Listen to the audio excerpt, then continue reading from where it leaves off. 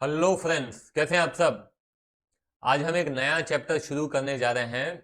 Chapter का नाम है फाइनल अकाउंट्स या फिर इसको हम कहते हैं financial statement of sole proprietorship firm. आज के इस लेक्चर में हम ये देखेंगे कि इस चैप्टर में हमको पढ़ना क्या है। सबसे पहले तो ये समझेंगे, उसके बाद थोड़ा सा इंट्रोडक्शन पार्ट भी हम देखने वाले हैं। ठीक है, तो चलिए शुरू करते हैं। देखिए, सबसे पहले हमको ये बात ध्यान में रखनी है कि what is the purpose of accounting. हम ये जो एंट्रीज को रिकॉर्ड कर रहे हैं, हम लेजर्स बना रहे हैं, हम ट्रायल बैलेंस कर रहे हैं, ये अभी तक जो कुछ भी किया है वो क्यों किया है, उसका कोई तो पर्पस होगा। तो उसका मेन पर्पस ये है कि हमको ये देखना है कि हमने परफॉर्म किया कैसे है। फॉर एग्जाम्पल, स्कूल में, कॉलेज में, बाकी आप देखते हैं कि एग्जाम्स में फाइनली क्या होता है, साल भर आपको पढ़ाया जाता है और फिर एग्जाम लिया जाता है। एग्जाम क्यों लिया जाता है? क्योंकि ये देखा जाता है कि आपने अभी तक पढ़ा क्या है। वैसे ही बिजनेसेस के अंदर भी हमको ये देखना जरूरी है कि पूरे साल में बिजनेस ने कमाया क्या है, बिजनेस ने परफॉर्म किया कैसे है। तो ये जानने के लिए हमको क्या बनाना पड़ेगा? Final accounts. जैसे फाइनल एग्जाम्स होते हैं वैसे यहां पे फाइनल अकाउंट्स बनाए जाते हैं। ठीक है, तो अभी जो आपने रिकॉर्डिंग किया, पोस्टिंग किया, ट्रायल बैलेंस किया, ये ट्रायल बैलेंस ही आपको हेल्प करता है इन फाइनल अकाउंट्स के बनाने में। Getting my point? तो फाइनल अकाउंट्स बनेंगे कहां से? आपके ट्रायल बैलेंस से। जो ट्रायल बैलेंस बन के तैयार हो गया है उसमें डेबिट बैलेंसेस हैं, क्रेडिट बैलेंसेस हैं, ढेर सारे अकाउंट्स हैं। वो अकाउंट्स आपको हेल्प करेंगे फाइनल अकाउंट्स बनाने में। तो इन फाइनल अकाउंट से हम दो चीजें जानते हैं बेसिकली। पहला, आपका परफॉर्मेंस, और दूसरी आपकी पोजीशन। परफॉर्मेंस किसको कह रहे हैं? परफॉर्मेंस इसी को कह रहे हैं कि हमने साल भर में क्या कमाया है या गंवाया है। That is your performance. And position, आपके पास है क्या क्या, आपके पास कितने एसेट्स हैं, आपके पास कितना कैपिटल है, आपके पास कितनी लायबिलिटीज है। ठीक है, क्योंकि अगर आप मान लीजिए किसी बैंक के पास जाते हैं, आप लोन लेने के लिए भी जाएंगे ना, तो आपसे ये दो चीजें जरूर पूछी जाएंगी। क्या पूछा जाएगा? कि भाई फाइनेंशियल परफॉर्मेंस बता दो, आप पिछले कुछ साल का अपना फाइनेंशियल परफॉर्मेंस बताइए कि आपने कैसा परफॉर्म किया है, हमारा लोन आप चुका पाएंगे कि नहीं चुका पाएंगे, और आपके पास है क्या क्या, आपके पास कौन कौन से एसेट्स हैं, आपके पास कितने एसेट्स हैं। ठीक है, और उसकी उसी के आधार पे आपको लोन दिया जाता है। बैंक डिसाइड करता है कि लोन देना है या नहीं देना और कितना देना है। Getting my point? और आप जैसे टैक्स देते हैं सरकार को, तो सरकार को टैक्स देने के लिए भी हमको क्या बनाना पड़ेगा? फाइनल अकाउंट्स बनाने पड़ेंगे, क्योंकि हमको देखना है कि हमने कितना कमाया। उसी पे तो टैक्स देना पड़ता है, इनकम टैक्स उसी पे देना पड़ता है। ठीक है ना? तो फाइनल अकाउंट्स बहुत जरूरी है। फाइनल अकाउंट्स हम जो बना रहे हैं, है ना, अगर हम फाइनल अकाउंट्स नहीं बनाते हैं तो ये अभी तक जो कुछ किया वो किसी काम का नहीं है। आपने जो रिकॉर्डिंग किया है ना, केवल इसी काम में आएगा कि हाँ, ये पता चल जाएगा कि डेटर कि कौन से डेटर से कितना लेना है, कौन से क्रेडिटर को कितना देना है। इसके अलावा पूरी अगर हमको इन्फॉर्मेशन चाहिए तो फिर हमको क्या करना है? फाइनल अकाउंट्स बनाने हैं। ठीक है, तो चलिए शुरू करते हैं। फाइनल अकाउंट्स के अंदर क्या क्या रहेगा उस पर हम नजर डाल लेते हैं। पहले देखिए, फाइनल अकाउंट्स में सबसे पहले हमको जो बनाना है वो है ट्रेडिंग अकाउंट। फाइनल अकाउंट में जो कुछ भी बनेगा ना, कहां से बनेगा? ट्रायल बैलेंस से बनेगा। तो ट्रायल बैलेंस के अंदर बहुत सारे अलग अलग प्रकार के अकाउंट्स होते हैं। उन अकाउंट्स में से हमको डिसाइड करना है कि कौन सा अकाउंट कहां जाएगा। कोई ट्रेडिंग में जाएगा, आगे देखेंगे, कोई ट्रेडिंग में नहीं जाएगा। ठीक है, तो ये ट्रेडिंग क्यों बनाते हैं? तो ये ट्रेडिंग हम बनाते हैं ग्रॉस प्रॉफिट डिटरमाइन करने के लिए। क्या डिटरमाइन करने के लिए? Gross profit. प्रॉफिट तो मालूम है आपको। ग्रॉस प्रॉफिट किसको कहते हैं? जो कि हमारे डायरेक्ट एक्सपेंसेस और डायरेक्ट इनकम को कंसिडर करने के बाद कैलकुलेट किया गया है। अब आपके मन में यह भी सवाल आएगा कि ये डायरेक्ट एक्सपेंसेस और डायरेक्ट इनकम क्या है, तो इस पर हम बिल्कुल चर्चा करेंगे। अभी फिलहाल के लिए इतना आप समझ लीजिए कि ग्रॉस प्रॉफिट मतलब जो डायरेक्ट एक्सपेंसेस और डायरेक्ट इनकम को कंसिडर करने के बाद आया है, that is your gross profit. ठीक है, ग्रॉस प्रॉफिट भी जरूरी है। ठीक है, ये फाइनल प्रॉफिट नहीं है। Gross profit is not your final profit. Final profit जानने के लिए एक और अकाउंट बनाया जाता है जिसको हम कहते हैं प्रॉफिट एंड लॉस अकाउंट। ठीक है, इस फाइनल प्रॉफिट को कहा जाता है अकाउंटिंग की लैंग्वेज में नेट प्रॉफिट। ठीक है, तो दो चीजें, एक ग्रॉस प्रॉफिट, उसके लिए क्या करेंगे हम ट्रेडिंग अकाउंट बनाएंगे। नेट प्रॉफिट, उसके लिए हम क्या बनाएंगे प्रॉफिट एंड लॉस अकाउंट बनाएंगे। तो प्रॉफिट एंड लॉस में क्या किया जाता है, ये नेट प्रॉफिट कौन से एक्सपेंसेस कौन सी इनकम को कंसिडर करने के बाद आता है, तो ये सारे एक्सपेंसेस और सारी इनकम को कंसिडर करने के बाद आता है आपका नेट प्रॉफिट। ठीक है ना, फाइनल प्रॉफिट की हाँ भाई ये साल भर बिजनेस किया ना, तो सारे एक्सपेंसेस सारी इनकम को कंसिडर कर लो और उसके बाद जो प्रॉफिट आया ये हमने कमाया है।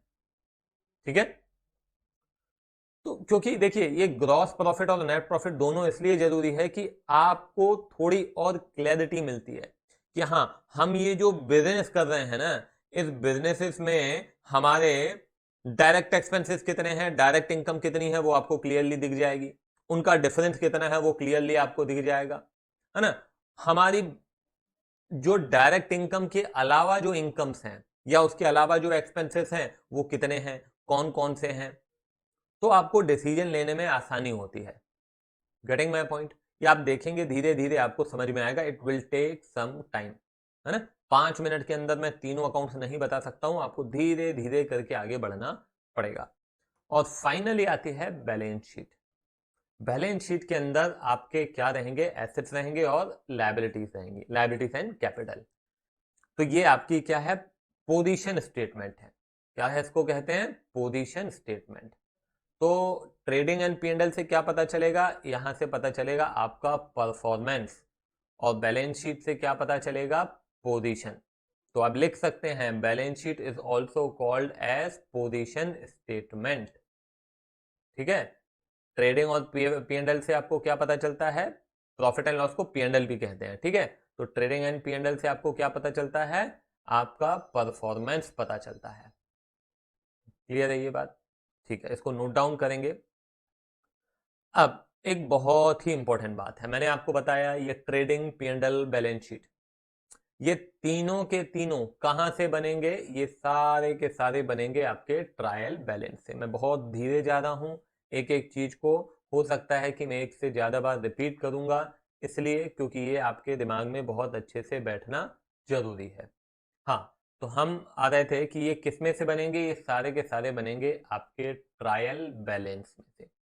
जैसा कि हम ऑलरेडी देख चुके हैं ट्रायल बैलेंस कहाँ से बनता है, जितने भी आपने लेजर्स उठाए बनाए हैं उनके बैलेंसेस उठाए और कहाँ लिख दिए आपने, ट्रायल बैलेंस में लिख दिए। इसमें से कुछ के डेबिट बैलेंसेस होते हैं, कुछ के क्रेडिट बैलेंसेस होते हैं, है ना। फिर इन्हीं की मदद से हम क्या करते हैं, ये तीनों अकाउंट्स बनाते हैं। अब इंपॉर्टेंट पॉइंट यहां पे ये है कि आप किसी भी अकाउंट को यहां पे इन तीनों में जब ट्रांसफर करेंगे तो हमको ये ध्यान रखना है कि या तो ट्रेडिंग में जाएगा, या तो पीएनएल में जाएगा, या तो बैलेंस शीट में जाएगा। ऐसा कभी भी नहीं होगा कि जो कुछ ट्रायल बैलेंस के अंदर दिया हुआ है वो ट्रेडिंग में भी चला जाए, पीएनएल में भी चला जाए, बैलेंस शीट में भी चला जाए। ऐसा कभी नहीं होगा। ये मैं जो बात बोल रहा हूं इसका आपको विशेष ध्यान रखना है और मेरे शब्दों को ध्यान से सुनना है। मैं कह रहा हूं कि जो कुछ भी ट्रायल बैलेंस के अंदर दिया हुआ है, लिखा हुआ है, वो या तो ट्रेडिंग में जाएगा, या तो पीएनएल में जाएगा, या तो बैलेंस शीट में जाएगा। तीनों में या दोनों में नहीं जाएगा। इज इट क्लियर, आई बात समझ में? ठीक है, चल, तो उसे भी आप लिख लीजिए। Anything given in the trial balance will appear in only one of these. ठीक है, note it down so we can start with the trial balance. चलो अब अगर हमने नोट डाउन कर लिया होगा तो अब ध्यान से सुनिए। ये जो आपका ट्रेडिंग अकाउंट है, यहाँ पे मैं आपको बता देता हूँ कि यहाँ पे आएगा क्या। ट्रेडिंग अकाउंट में आएगा क्या, ट्रेडिंग अकाउंट में क्या आएगा। यहाँ पे आपकी direct income and direct expenses, इनका कंपैरिजन होता है। देखो मैं आपको कहूं कि मैंने 50 रुपए के गुड्स लिए, 60 रुपए में बेच दिए, कितना कमाया आप खर्च से बोलेंगे 10 रुपए। कैसे पता चला मालूम है, कंपेयर किया। 60 रुपए इनकम है, 50 रुपए एक्सपेंस है, कंपेयर किया, आपको प्रॉफिट पता चल गया। तो यहाँ पे जो ट्रेडिंग एंड P&L में यहाँ पे क्या करना है, कंपेरिजन ही करना है और कुछ नहीं करना है। एक्सपेंस और इनकम इन दोनों का कंपेरिजन होगा, ठीक है ना। मगर ट्रेडिंग में कौन से एक्सपेंस इनकम लिए जाएंगे, direct. Direct expense direct income को लिखा और कंपेयर किया और आपका ग्रॉस प्रॉफिट निकल के आ जाएगा। या तो ग्रॉस प्रॉफिट होगा या तो ग्रॉस लॉस होगा। कैसे लिखा जाता है वो हम डेट में आपका जो फॉर्मेट है वो देखेंगे आगे चल के, मगर थोड़ा बहुत मैं आपको रफ में बता देता हूँ। ये आपने इनकम लिखा इधर क्रेडिट साइड में और इधर लिखा आपने एक्सपेंस, ठीक है। ये आपका क्या बन रहा है, ट्रेडिंग अकाउंट बन रहा है। इनकम एक्सपेंस का कंपैरिजन किया। If the income is more than the expense, है ना, we call it gross profit. क्या कहा मैंने, if the income is more than the expense we call it gross profit, and if the expense is more than the income then it is gross loss. Loss भी हो सकता है, ठीक है। तो इस तरीके से हम क्या फाइंड करते हैं, आपका ग्रॉस प्रॉफिट या ग्रॉस लॉस फाइंड करते हैं। फिर हम आ जाते हैं किस पे, प्रॉफिट एंड लॉस अकाउंट पे। तो यहाँ पे डायरेक्ट एक्सपेंस डायरेक्ट इनकम तो हो गया। एक मिनट देखो, होता क्या है, मैं आपको अभी डिटेल में अभी अपन बाद में कवर करेंगे। इट विल टेक टाइम, एक एक को हमें पहले ट्रेडिंग कवर करना पड़ेगा, फिर P&L कवर करना पड़ेगा, it will take some time. ये हम बना रहे हैं प्रॉफिट एंड लॉस, तो इसको भी थोड़ा सा समझ लीजिए। जो ट्रेडिंग हमने बनाया उस ट्रेडिंग में से मान लीजिए क्या निकल के आया, ग्रॉस प्रॉफिट निकल के आया। तो हम यहाँ पे क्या करते हैं, वो ग्रॉस प्रॉफिट, हमेशा ध्यान रखिए किसी भी प्रकार का प्रॉफिट एंड लॉस अकाउंट हो, चाहे वो ट्रेडिंग हो, चाहे P&L हो, चाहे आगे भी आप देखेंगे अलग अलग प्रकार के, आगे चल के किसी दूसरे चैप्टर में हम देखेंगे कि मान लो कि और किसी प्रकार का प्रॉफिट एंड लॉस अकाउंट है, सब में एक चीज कॉमन होती है कि ये आपका जो क्रेडिट साइड होता है, यहाँ पे क्या लिखी जाती है, इनकम लिखी जाती है, ठीक है। इधर क्या लिखा जाता है, एक्सपेंस लिखा जाता है। ये हमेशा ध्यान रखिएगा, डेबिट साइड में एक्सपेंस, क्रेडिट साइड में इनकम। अगर वो प्रॉफिट एंड लॉस अकाउंट है तो उसमें हम प्रॉफिट फाइंड कर रहे हैं, तो किसी भी प्रकार का हो। हाँ, तो मैं यहाँ पे ये कह रहा था कि ये जो इनकम है ये एक्सपेंस है, तो आपका जो ग्रॉस प्रॉफिट निकल के आया ट्रेडिंग अकाउंट में से, वो ग्रॉस प्रॉफिट भी इधर लिखा जाता है। ग्रॉस प्रॉफिट इधर ट्रांसफर करते हैं, पहले ट्रेडिंग बनाते हैं, ट्रेडिंग में अगर ग्रॉस प्रॉफिट आ गया तो इधर लिख देंगे, अगर ग्रॉस लॉस आ गया तो इधर लिख देंगे। अब ये ग्रॉस प्रॉफिट इनकम माइनस क्या कर दिया, एक्सपेंसेस, तो क्या निकल के आएगा, तो यहाँ पे निकल के आ जाएगा नेट प्रॉफिट। हाँ, अब आप कह सकते हैं कि यहाँ पे एक्सपेंसेस इनकम कौन से, इधर तो लिख चुके हैं, हाँ इधर हमने डायरेक्ट लिखे हैं, अब डायरेक्ट तो ऑलरेडी कंसिडर कर चुके हैं, अब बाकी बचे क्या, इनडायरेक्ट। ये है आपका डायरेक्ट, ठीक, सॉरी इनडायरेक्ट। तो इनडायरेक्ट एक्सपेंस और इनडायरेक्ट क्या, इनकम। अब यहां पे थोड़ा सा रुक जाते हैं हम और समझते हैं कि direct expense, direct income, indirect expense, indirect income किसको कहते हैं। तो बहुत आसान तरीका मैं आपको बता रहा हूं, बिल्कुल आसान तरीका। ऐसे एक्सपेंसेस जो कि हमारे प्रोडक्शन और परचेज से रिलेटेड हैं, ऐसे एक्सपेंसेस जो कि हमारे प्रोडक्शन एंड परचेज से रिलेटेड हैं, वो हमारे डायरेक्ट एक्सपेंसेस हैं। गेटिंग माय पॉइंट, क्या कहा मैंने, जो एक्सपेंसेस हमारे परचेज और प्रोडक्शन से रिलेटेड है वो हमारे डायरेक्ट एक्सपेंसेस हैं।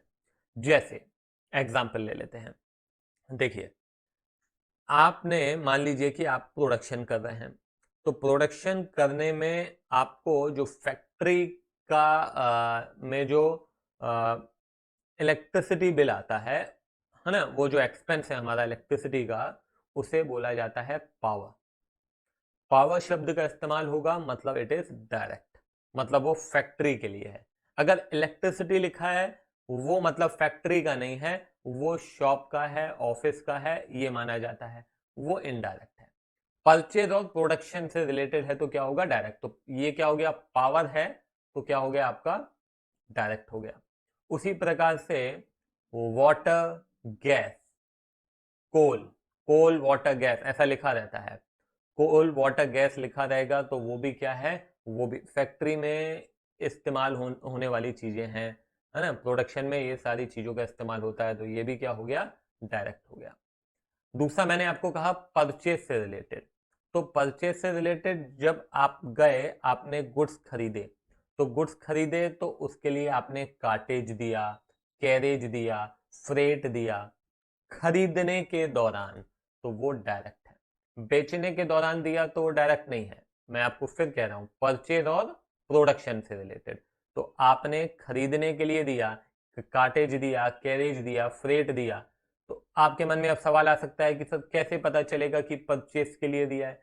बेटा अगर अगर केवल कैरेज दिया है तो वो डायरेक्ट है, केवल कार्टेज लिखा है डायरेक्ट है, केवल फ्रेट लिखा है डायरेक्ट है, कार्टेज इनवर्ट्स लिखा है तो भी डायरेक्ट है, इनवर्ट्स मतलब खरीदने के दौरान, कैरेज इनवर्ट्स मतलब खरीदने के दौरान डायरेक्ट है, फ्रेट इनवर्ट्स खरीदने के दौरान डायरेक्ट है। हाँ, कार्टेज आउटवर्ड होगा, फ्रेट आउटवर्ड होगा, कैरेज आउटवर्ड होगा, मतलब ये बेचने के दौरान किया गया है, ये आपका डायरेक्ट नहीं है, ये इनडायरेक्ट है। ठीक है। अगर आपने वेजेस दिए हैं, वेजेस प्रोडक्शन से रिलेटेड माना जाता है, सैलरी जो है वो प्रोडक्शन से रिलेटेड नहीं माना जाता है, तो वेजेस डायरेक्ट है। अगर कहीं लिखा है वेजेस एंड सैलरी तो भी डायरेक्ट है। हाँ, यदि कहीं सैलरी लिखा है या सैलरी एंड वेजेस लिखा है तो वो इनडायरेक्ट हो गया। ये छोटी छोटी बातें याद रखनी पड़ेंगी आपको, ये डिफरेंशिएट करते आना चाहिए। यहाँ पे ये बस आपको दिमाग में बैठाना पड़ेगा कि परचेज और प्रोडक्शन से रिलेटेड है। तो परचेज और प्रोडक्शन से रिलेटेड मैंने एग्जांपल सभी आपको दिए, कौन कौन से दिए, यदि पावर है ना, कोल गैस वाटर है, उसके बाद वेजेस है, कैरेज है, कैरेज इनवर्ट्स है, कार्टेज है, कार्टेज इनवर्ट्स है, फ्रेट है, फ्रेट इनवर्ट्स है, ये सारे के सारे क्या हैं, डायरेक्ट है। अच्छा, और भी ऐसे मान लो कि इंपोर्ट ड्यूटी है या कस्टम ड्यूटी है। इंपोर्ट ड्यूटी कब लगती है, इंपोर्ट ड्यूटी जब आप गुड्स इंपोर्ट कर रहे हैं, बाहर से खरीद रहे हैं, विदेश से आप गुड्स खरीद रहे हैं, तो आपको क्या लग रही है, इंपोर्ट ड्यूटी या कस्टम ड्यूटी लिखा हुआ है। बेचने के दौरान नहीं लगती है, जब आप लेके आते हैं, विदेश से आते हैं गुड्स लेके आते हैं, तो क्या लगता है, एयरपोर्ट पे कस्टम ड्यूटी लगती है ना। तो ये जो कस्टम ड्यूटी, इंपोर्ट ड्यूटी है, ये भी क्या है, आपके डायरेक्ट एक्सपेंस है। क्लियर है, ये भी ध्यान रखना है। या फिर एक शब्द का इस्तेमाल किया जाता है ऑक्ट्रॉय, है ना। ऑक्ट्रॉय जब एक स्टेट से दूसरे स्टेट में, कुछ स्टेट्स में अभी है नहीं है मुझे नहीं मालूम है, मगर पहले आमतौर पे एक स्टेट से दूसरे स्टेट पे जब गुड्स आते थे ना, तो एक टैक्स लगता था जिसको हिंदी में हम चुंगी नाका कहते हैं, उसे हम कहते हैं ऑक्ट्रॉय। तो अभी भी बुक्स में कई बार लिखा रहता है ऑक्ट्रॉय शब्द का इस्तेमाल, तो ये ऑक्ट्रॉय भी आपका क्या है, खरीदने से रिलेटेड हुआ ना, तो ये आपका डायरेक्ट एक्सपेंस हुआ। तो हम यहाँ पे जब ट्रेडिंग अकाउंट बनाएंगे ना, तो ये सारे डायरेक्ट एक्सपेंसेस लिखेंगे, कहाँ, डेबिट साइड में, राइट। क्रेडिट साइड में क्या आएगा, डायरेक्ट इनकम। डायरेक्ट इनकम कौन सी होती है, सेल। डायरेक्ट इनकम क्या है, सेल। आप जिस चीज का बिजनेस कर रहे हैं, आप स्टेशनरी बेच रहे हैं, तो वो आपका सेल हो गया, तो सेल आ जाएगा आपका क्रेडिट साइड, डेबिट साइड आपके एक्सपेंसेस आ जाएंगे। क्लियर है, मतलब ये तो एक्सपेंसेस मैंने बताया। दूसरे परचेज किया आपने, गुड्स खरीदे, तो वो भी आपका एक्सपेंस है। आपके पास ऑलरेडी कुछ स्टॉक था, तो वो उसको हम कहते हैं ओपनिंग स्टॉक। अभी फॉर्मेट दिखाऊंगा मैं आपको, मगर जितना अभी आपके दिमाग में बैठता जा रहा है आप उसको बिठाते जाइए। तो ट्रेडिंग अकाउंट का फॉर्मेट कुछ इस प्रकार से रहेगा। सबसे पहले डेबिट साइड में क्या रहेगा, ओपनिंग स्टॉक। दूसरा रहेगा परचेजेस। फिर उसके बाद जो दूसरे छोटे छोटे एक्सपेंसेस मैंने आपको बताया, ऑक्ट्रॉय हो गया, इंपोर्ट ड्यूटी हो गया, कस्टम ड्यूटी हो गया, वेजेस हो गया। ठीक है। फिर क्रेडिट साइड में क्या आएगा, क्रेडिट साइड में बेसिकली दो ही चीजें आती हैं, एक सेल्स आता है, दूसरा क्लोजिंग स्टॉक आता है। ठीक है, आई बात समझ में। चल, तो ये हो गया आपका, यहाँ पे मैं लिख दे रहा हूं, ये आएगा आपका indirect income and indirect expenses. हाँ, अब बात करते हैं भाई इनडायरेक्ट। तो भाई जो डायरेक्ट नहीं है वो सारा का सारा इनडायरेक्ट है। It is very simple. आपको जो मैंने बताया वेजेस ये वो है ना, ये बाकी इसके अलावा जो कुछ है वो सारा का सारा क्या है, इनडायरेक्ट है। बताने की जरूरत नहीं है। एडवर्टीजमेंट इनडायरेक्ट है, सैलरी इनडायरेक्ट है, डिस्काउंट रिसीव्ड, डिस्काउंट अलाउड, सब इनडायरेक्ट है। रेंट इनडायरेक्ट है, रेंट पेड हो चाहे रेंट रिसीव्ड हो, रिसीव्ड है तो इनडायरेक्ट इनकम हो गई, रेंट पेड है तो इनडायरेक्ट एक्सपेंस हो गया। ठीक है ना। इस तरह के बहुत सारे, चैरिटी हो गया, है ना, बहुत सारे छोटे छोटे एक्सपेंसेस पॉसिबल हैं, वो सारे के सारे क्या हैं, इनडायरेक्ट है। ठीक है। जैसे मैंने बोला इलेक्ट्रिसिटी बिल, तो इलेक्ट्रिसिटी बिल क्या है, इनडायरेक्ट है। पावर होता तो डायरेक्ट होता। ठीक है। चलो, तो अभी एक काम करते हैं, थोड़े से मैं आपको, अच्छा एक काम करें, पहले मैं आपको बैलेंस शीट और बता देता हूँ कि बैलेंस शीट में क्या। तो बैलेंस शीट सिंपल है, सारे के सारे क्या है, एसेट्स हो गए, ठीक है, लायबिलिटीज हो गई, और क्या हो गया आपका, कैपिटल। एसेट्स लायबिलिटीज समझते नहीं समझते हैं, है ना, समझते हैं, मेरे ख्याल से अच्छे से समझते होंगे। तो land, building, machinery, goodwill, patent, copyright, है ना, ये एसेट्स हैं। और भी एसेट्स होते हैं, प्रीपेड भी एसेट है ना। अ, किसी को लोन दिया हुआ है, किसी को लोन दिया हुआ है तो वो भी एसेट है। लायबिलिटीज क्या है, किसी से लोन लिया हुआ है, बैंक लोन है, या फिर आउटस्टैंडिंग है ना, किसी से एडवांस में ले लिया है, rent in advance, received in advance, ये भी क्या है, लायबिलिटी है। तो बस, तो अभी एक काम करते हैं, अभी आप थोड़ा सा फिलहाल स्टार्ट करेंगे हम, और ट्रायल बैलेंस एक मैं आपके सामने धीरे धीरे एक एक अकाउंट लेके आऊँगा, और आपको बताना है कि ये जो है वो आ, कौन सा किधर आएगा, वो ट्रेडिंग में आएगा, पीएनएल में आएगा, या फिर बैलेंस शीट में आएगा, ये आपको बताना है। ठीक है। चलो, लेट्स सी। कैश। तो आप बस अपना दिमाग लगाइए कि कैश क्या है। कैश एसेट है, एसेट किधर आएगा, बैलेंस शीट में आएगा। ठीक है। बैलेंस शीट में एक एसेट साइड होता है, एक लायबिलिटी साइड होता है, तो एसेट साइड में आएगा, है ना। सबके फॉर्मेट्स हम आगे चल के देखेंगे। कैपिटल, कैपिटल किधर आएगा, एसेट, लायबिलिटीज, कैपिटल, ये सारा का सारा किधर आता है, बैलेंस शीट में, तो बैलेंस शीट में आएगा। बैंक, बैंक में पैसे रखे हुए हैं, बैंक में हमारे लिए क्या है, एसेट है, तो ये भी आपका बैलेंस शीट में आएगा। ठीक है। बैंक हमारे लिए लायबिलिटी भी हो सकता है, ऐसा नहीं कि नहीं हो सकता है, मगर यदि केवल बैंक लिखा है तो हम मानते हैं कि वो हमारे कुछ पैसे वहां पे होंगे, वो हमारे लिए क्या होगा, एसेट होगा। मगर हालांकि एसेट हो चाहे लायबिलिटी हो, आएगा कहाँ, बैलेंस शीट में। सेल्स, हाँ, अब यहाँ पे सेल्स, सेल्स हमारी डायरेक्ट इनकम है। डायरेक्ट इनकम अभी अभी हमने चर्चा की, किधर आएगा, ट्रेडिंग में। वेजेस, वेजेस हमका हमारा डायरेक्ट एक्सपेंस है, किधर आएगा, ट्रेडिंग में। क्रेडिटर्स, क्रेडिटर्स हमारी लायबिलिटी है, किधर आएगा, बैलेंस शीट में। सैलरीज, सैलरीज मैंने अपन पहले भी बताया कि ये हमारा इनडायरेक्ट एक्सपेंस है ना, ये आपका प्रॉफिट एंड लॉस में आएगा। 10% लॉन्ग टर्म लोन, लोन लिया हुआ है, लायबिलिटी है, मतलब बैलेंस शीट। फर्नीचर एसेट है, balance sheet. Commission received, commission मिली है, ये हमारा डायरेक्ट इनकम नहीं होता है, डायरेक्ट इनकम आपकी सेल है, दैट्स ऑल। ठीक है। कमीशन वगैरह मिला, रेंट मिला, डिविडेंड मिला, और किसी भी प्रकार से कोई इनकम हुई, कोई एसेट बेच दिया, उसमें से प्रॉफिट हुआ, वो सारा का सारा किधर जाएगा, पीएनएल में। तो commission received will also go to PNL account के क्रेडिट में। क्रेडिट में इनकम लिखते हैं, डेबिट में एक्सपेंस लिखते हैं। क्या कहा मैंने, क्रेडिट में इनकम, डेबिट में expense. Rent of building, rent दिया हमने, ये भी आपका इनडायरेक्ट है, डायरेक्ट नहीं कहलाता है। ठीक है। डेटर्स, डेटर्स आपका एसेट है, एसेट किधर आएगा, बैलेंस शीट में। बैड डेट्स आपका पैसा डूब गया, ये पैसा डूब गया, ये परचेज और प्रोडक्शन से रिलेटेड नहीं है, ये सेल से रिलेटेड है, बेचा फिर पैसा डूब गया, ये आएगा आपका इनडायरेक्ट, मतलब पीएनएल में। परचेजेस, परचेजेस आपका आएगा, डायरेक्ट है, ये आपका ट्रेडिंग में लिखा जाता है। ओपनिंग स्टॉक, परचेजेस, ये आपका यहाँ लिखा जाता है। ठीक है। Purchase return, purchase return purchase में से माइनस करके लिखा जाता है। परचेज रिटर्न परचेज में से क्या किया जाता है, माइनस करके लिखा जाता है। क्लियर है। मान लो कि परचेज रिटर्न है 1000 और परचेज रिटर्न है 100, तो 1000 माइनस 100 कितना हो गया, 900। तो परचेज में हम लिखेंगे 900, है ना। कैसे करेंगे आगे देख लेंगे। प्लांट एंड मशीनरी, तो प्लांट एंड मशीनरी एसेट है, एसेट आपका बैलेंस शीट में आता है। रिटर्न आउटवर्ड, बेटा रिटर्न आउटवर्ड का मतलब क्या है? परचेस रिटर्न, तो परचेस में से परचेस रिटर्न माइनस किया जाता है। ठीक है, कैरेज इनवर्ड, मैंने बताया था कैरेज हो या कैरेज इनवर्ड हो, ये डायरेक्ट होता है, आउटवर्ड होता तो पीएनएल में आता है, ये इनवर्ड है तो ट्रेडिंग में आएगा। कैरेज आउटवर्ड अगेन किधर आएगा? पीएनएल में आएगा। आउटस्टैंडिंग एक्सपेंस, आउटस्टैंडिंग एक्सपेंस जो है, अभी दिमाग लगाइए, कुछ स्टूडेंट्स को लगता है कि ये एक्सपेंस है, नहीं बेटा ये एक्सपेंस नहीं है, ये लायबिलिटी है।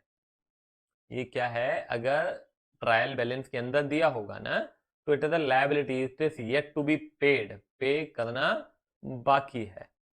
ठीक है, तो ये किधर आएगा? ये आएगा आपके बैलेंस शीट में। आई बात समझ में? आउटस्टैंडिंग एक्सपेंस, कुछ स्टूडेंट्स को कंफ्यूजन होता है कि सर ये तो एक्सपेंस है, बेटा सारी चीजें आपको क्लियर होंगी, ये आउटस्टैंडिंग एक्सपेंस है, ये पे करना बाकी है, लायबिलिटी है, तो ये बैलेंस शीट में ही आएगी यदि ये ट्रायल बैलेंस के अंदर दिया हुआ है। ठीक है, ये इस बात का विशेष ध्यान देना है आपको। प्रीपेड एक्सपेंस, तो प्रीपेड एक्सपेंस आपका एसेट है, प्रीपेड एक्सपेंस जिस प्रकार से आउटस्टैंडिंग एक्सपेंस आपकी लायबिलिटी है, प्रीपेड एक्सपेंस आपका एसेट है, ये भी किधर आएगा? बैलेंस शीट में, asset side. Accrued income, income earned but not received, कमा तो लिया है मगर मिला नहीं है, अभी भी लेना बाकी है, तो जो भी लेना बाकी है वो एसेट होता है, तो ये भी आपका एसेट है, तो एसेट किधर आएगा? बैलेंस शीट में। एक्सपेंसेस अनएक्सपायर्ड, एक्सपेंसेस अनएक्सपायर्ड मतलब प्रीपेड, इसमें भी स्टूडेंट्स को कंफ्यूजन होता है, ये प्रीपेड एक्सपेंस है, प्रीपेड मतलब आपने किसी को एडवांस में एक्सपेंस पे कर दिया है, तो ये भी आपका क्या है? एसेट है। क्या है? एसेट। एसेट तो किधर आएगा? बैलेंस शीट में। डिस्काउंट, डिस्काउंट डेबिट है मतलब एक्सपेंस है, डिस्काउंट क्रेडिट होता तो इनकम, मगर किधर आएगा? तो ये ऑब्वियस सी बात है, पीएनएल में आएगा, ये आपका इसमें कभी भी नहीं आता है, ट्रेडिंग में नहीं आता है, पीएनएल में आता है। पेटी कैश, पेटी कैश मतलब आपका छोटे छोटे एक्सपेंसेस के लिए जो कैश आपने पेटी कैशियर को दिया हुआ है, उसके पास रखा हुआ है ना, वो पेटी कैश कहलाता है, और ये आपका एसेट होता है। ठीक है, बिल्स पेबल लायबिलिटी है, बैलेंस शीट में आएगा। वेजेस आपका डायरेक्ट एक्सपेंस है, किधर आएगा? ट्रेडिंग में आएगा। प्रिंटिंग चार्जेस आपका इनडायरेक्ट एक्सपेंस है, किधर आएगा? पीएनएल में आएगा। कोल एंड गैस मैंने आपको बताया किधर आएगा? ट्रेडिंग में आएगा। Income received in advance, advance में इनकम आपको मिल गई है तो आपकी लायबिलिटी है, लायबिलिटी किधर आती है? बैलेंस शीट में। डेप्रिसिएशन आपका एक्सपेंस है, ये आपका किधर आएगा? आपके प्रॉफिट एंड लॉस अकाउंट में आएगा। बेड डेट्स जो हैं अगेन पहले हम डिस्कस कर चुके हैं, प्रॉफिट एंड लॉस अकाउंट में आएगा। क्लोजिंग स्टॉक, देखो आम तौर पे ये इंपॉर्टेंट पॉइंट है जो मैं बोलने जा रहा हूं, it is really very very important.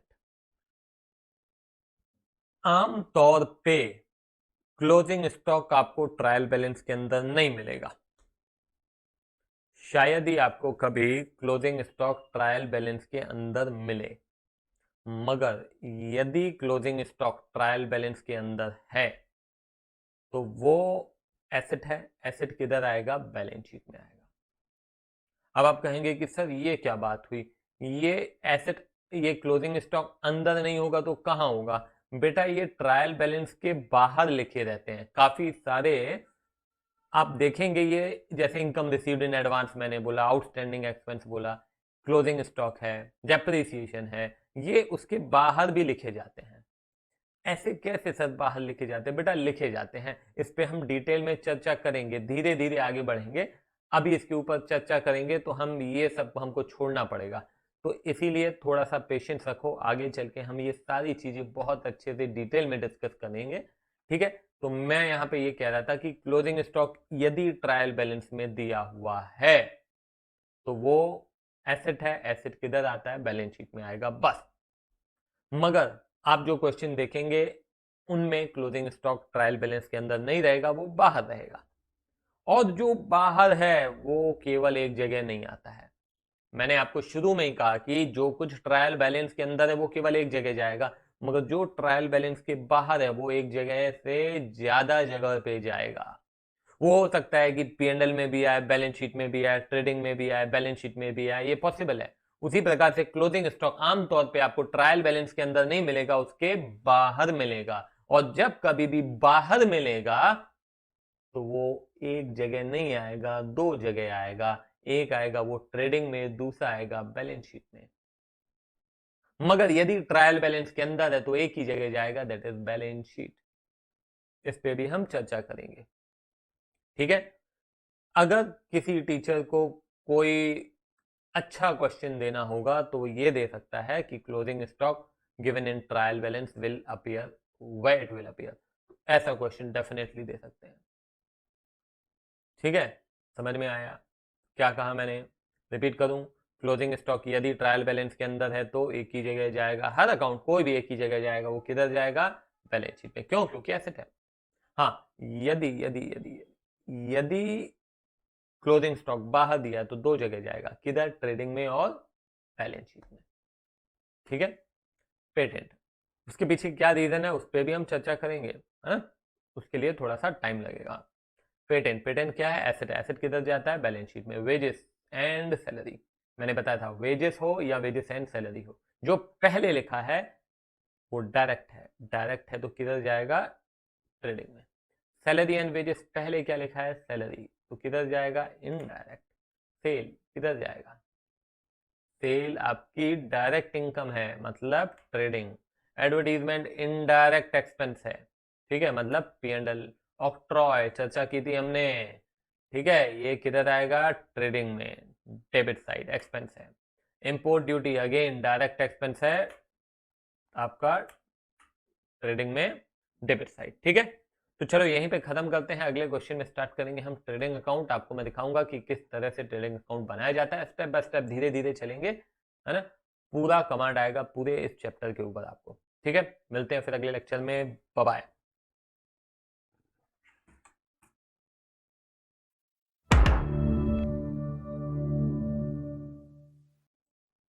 चलिए फ्रेंड्स, आते हैं सेकेंड लेक्चर पे, फाइनल अकाउंट्स के। जैसे कि मैंने आपको बताया था कि इस लेक्चर में हम देखेंगे कि किस तरह से ट्रेडिंग अकाउंट बनाते हैं।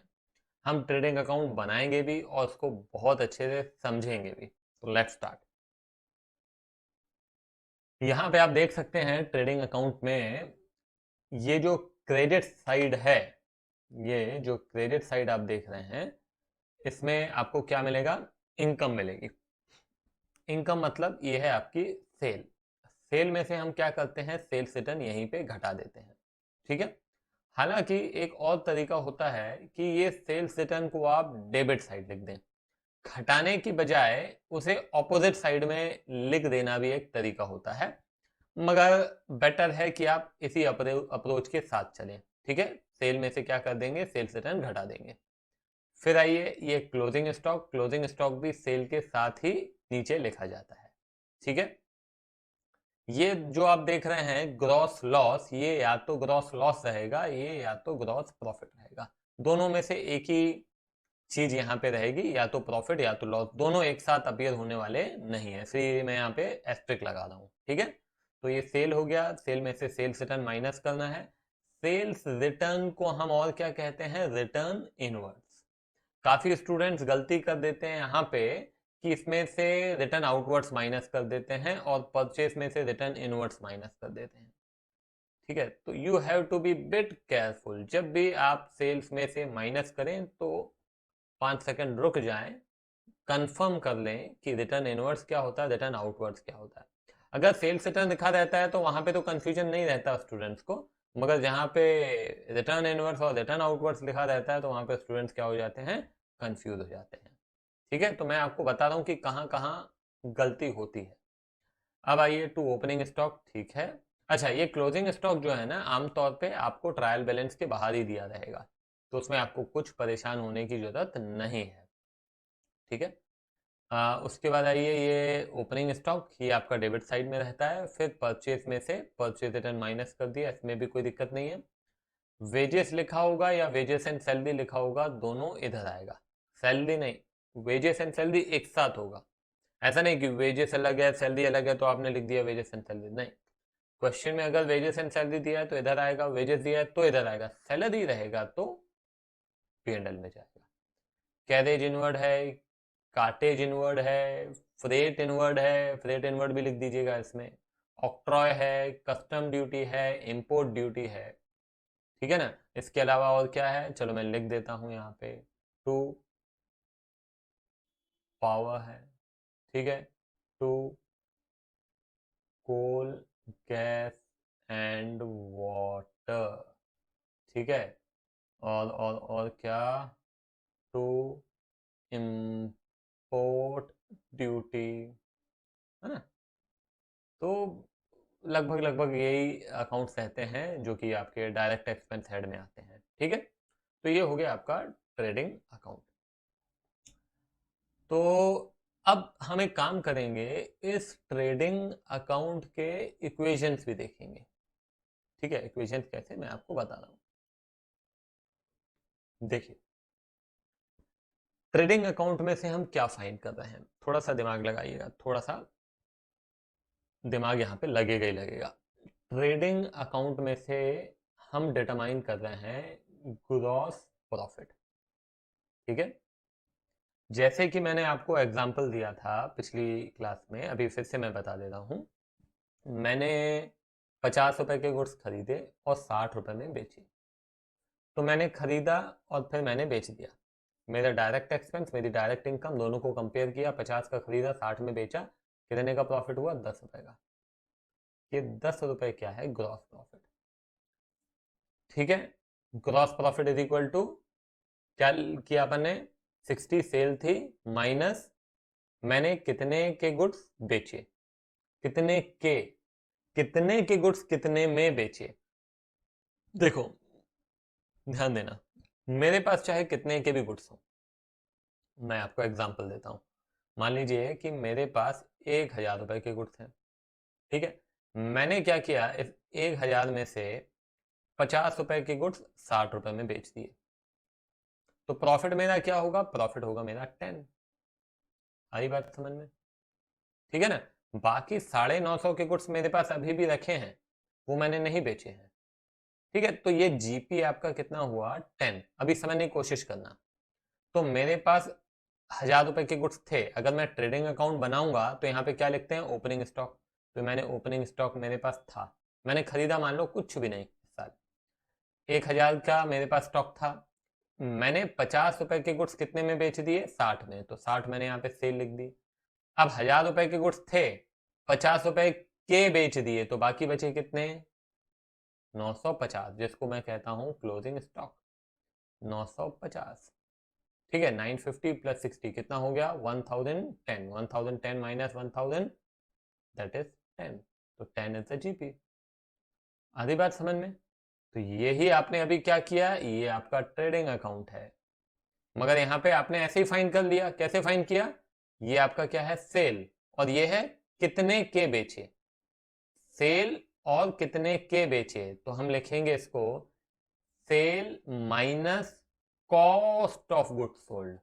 कॉस्ट ऑफ गुड्स सोल्ड, क्या कहा मैंने, कॉस्ट ऑफ गुड्स सोल्ड, कितने के गुड्स बेचे। देखो, GP is equal to sale minus cost of goods sold. आई बात समझ में, क्लियर है, ठीक है। तो ये आपका जीपी का इक्वेशन बन गया। मगर कॉस्ट ऑफ गुड्स सोल्ड कैसे फाइंड करेंगे, ये भी आपको मालूम होना चाहिए। मैंने आपको वैसे तो बता दिया कि भाई 50 रुपए के गुड्स बेचे, जरूरी नहीं है ये लिखा हो। हाँ अच्छा, एक बात बताओ, चलो मान लो कि मेरे पास 500 रुपए के गुड्स थे, 500 के गुड्स थे, ठीक है। अभी मैंने क्या किया, मैंने कोई गुड्स नहीं खरीदे, मैंने बेचे, इन 500 में से कुछ गुड्स बेचे। मैं आपको नहीं बताता हूं कि मैंने कितने के गुड्स बेचे, आपको बताना है कि मैंने कितने के गुड्स बेचे। 500 के गुड्स मेरे पास थे, बेचने के बाद मेरे पास अब 400 के गुड्स बचे हैं। 500 के गुड्स थे, कुछ बेच दिए, बेचने के बाद मेरे पास कितने के गुड्स बचे, 400 के। तो बताओ कि मैंने कितने के गुड्स बेचे।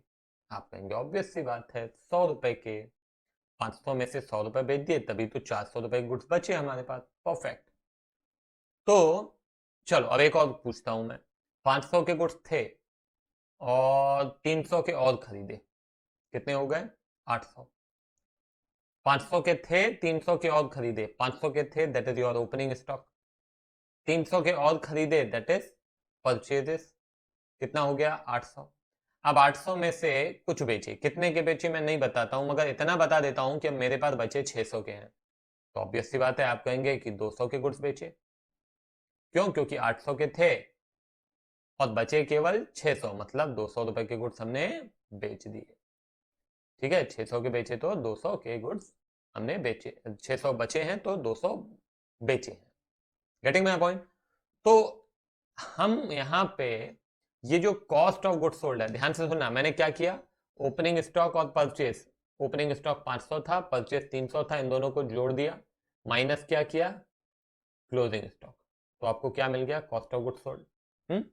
तो cost of goods sold is equal to opening stock plus purchases, opening stock plus purchases. थोड़ा भी कंफ्यूजन है बेटा तो लेक्चर को फिर से थोड़ा सा पीछे ले जाना, फिर से सुनना ये बात।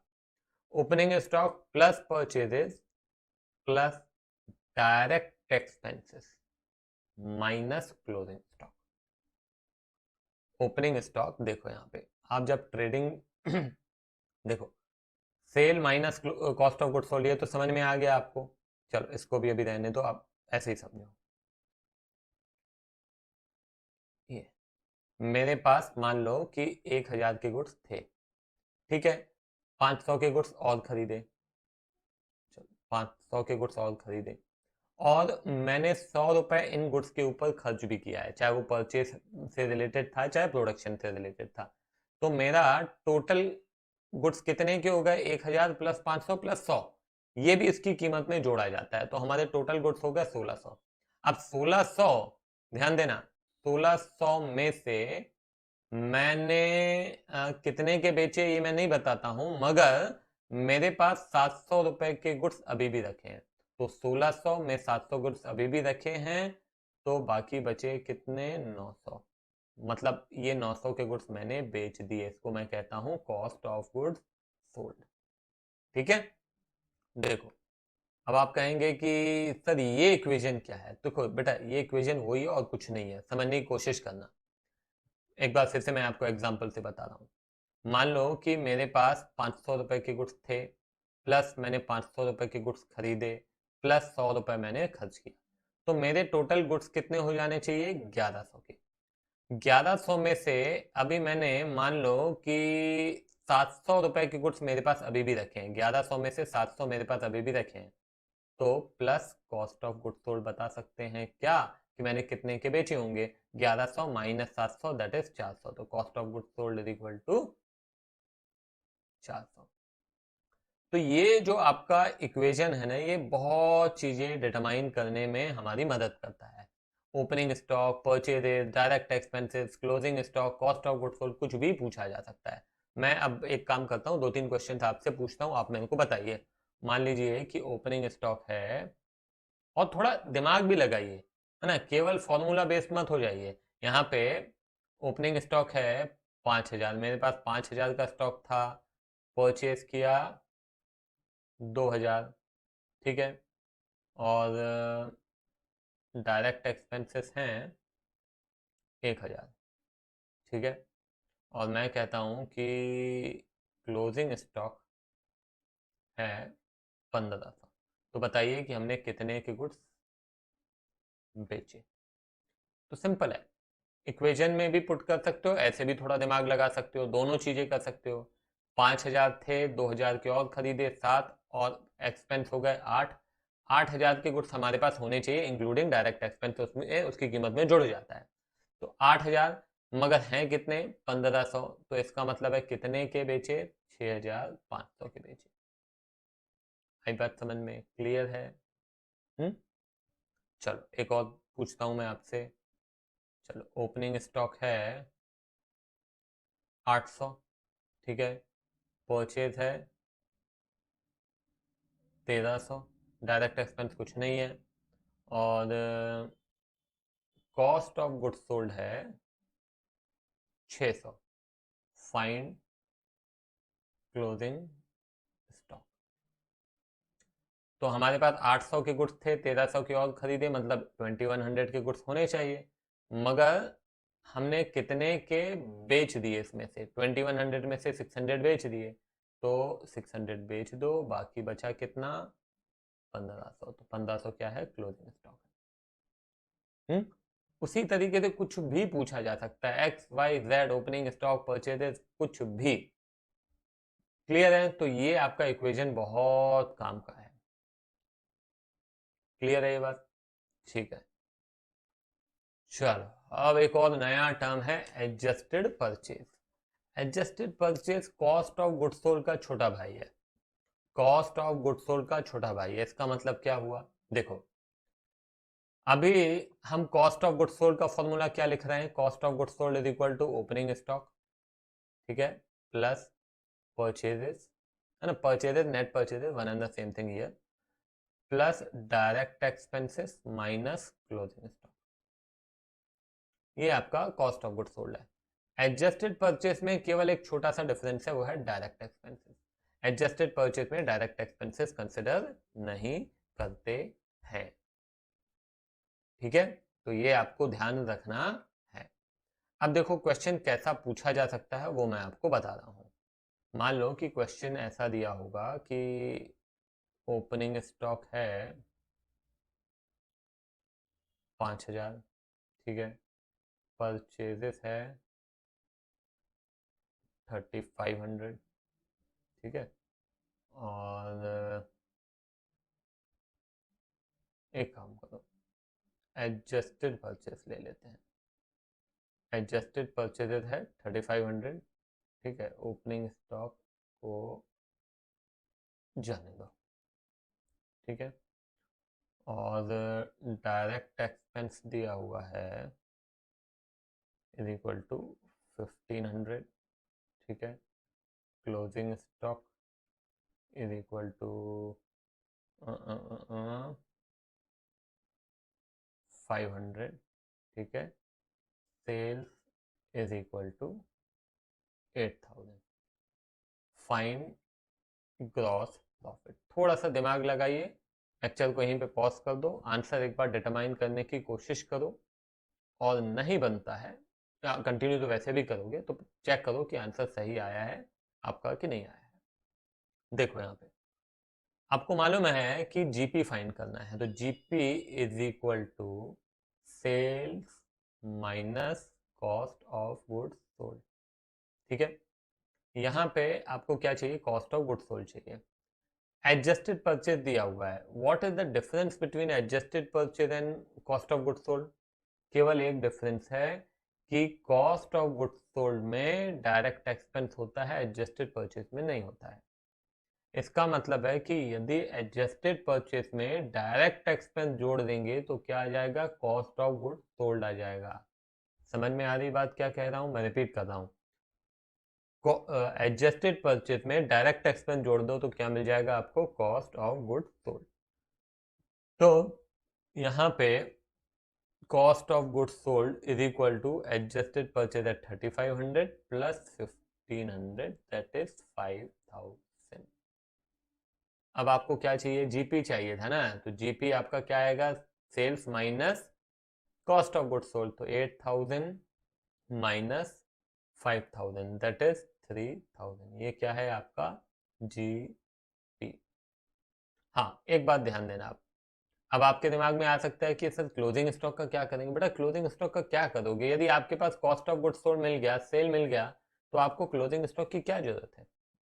आपके लिए किसी काम का नहीं है, आपके लिए वो यूजलेस है। यदि आपके पास सेल और कॉस्ट ऑफ गुड्स सोल्ड है तो। आई बात समझ में? ठीक है, तो ये ध्यान रखना है आपको। ये सारे के सारे इक्वेशंस आप लिखिए, आगे इनको यूज करेंगे हम अच्छे से, आपको और अच्छे से चीजें सारी क्लियर हो जाएंगी। तो याद बहुत अच्छे से हो जाना चाहिए। Cost of goods sold is equal to opening stock plus purchases plus direct expenses minus closing stock. Adjusted purchase is equal to opening stock plus purchases minus closing stock. Direct expense consider नहीं करना है, बाकी सारी चीजें। GP is equal to sale minus cost of good sold, ठीक है। उसी प्रकार से क्लोजिंग स्टॉक का फॉर्मूला भी बोले तो भी कोई दिक्कत नहीं है, opening stock plus purchases minus cost of goods sold is equal to closing stock. Clear है? ठीक है, चल अब ये closing entries of trading account, मान लो कभी पूछ लें कि क्लोजिंग एंट्रीज क्या है, तो क्लोजिंग एंट्रीज कुछ नहीं है। देखो यार, ये जो आपका लेजर है ना, ये उसी की हम जर्नल एंट्रीज बना रहे हैं और कुछ नहीं है। ट्रेडिंग अकाउंट किस तरह से था हमारा, ये ट्रेडिंग अकाउंट था, ठीक है, ये ट्रेडिंग अकाउंट। डेबिट साइड में क्या क्या लिखा था, टू ओपनिंग स्टॉक, है ना, to purchases, to direct expenses, ठीक है, by sales, by closing stock, ये सब लिखा था ना। तो trading account debit to opening stock, to purchases, to direct expenses, है ना, sale to trading, closing stock to trading, ये क्या है, इनको हम कहते हैं क्लोजिंग एंट्रीज।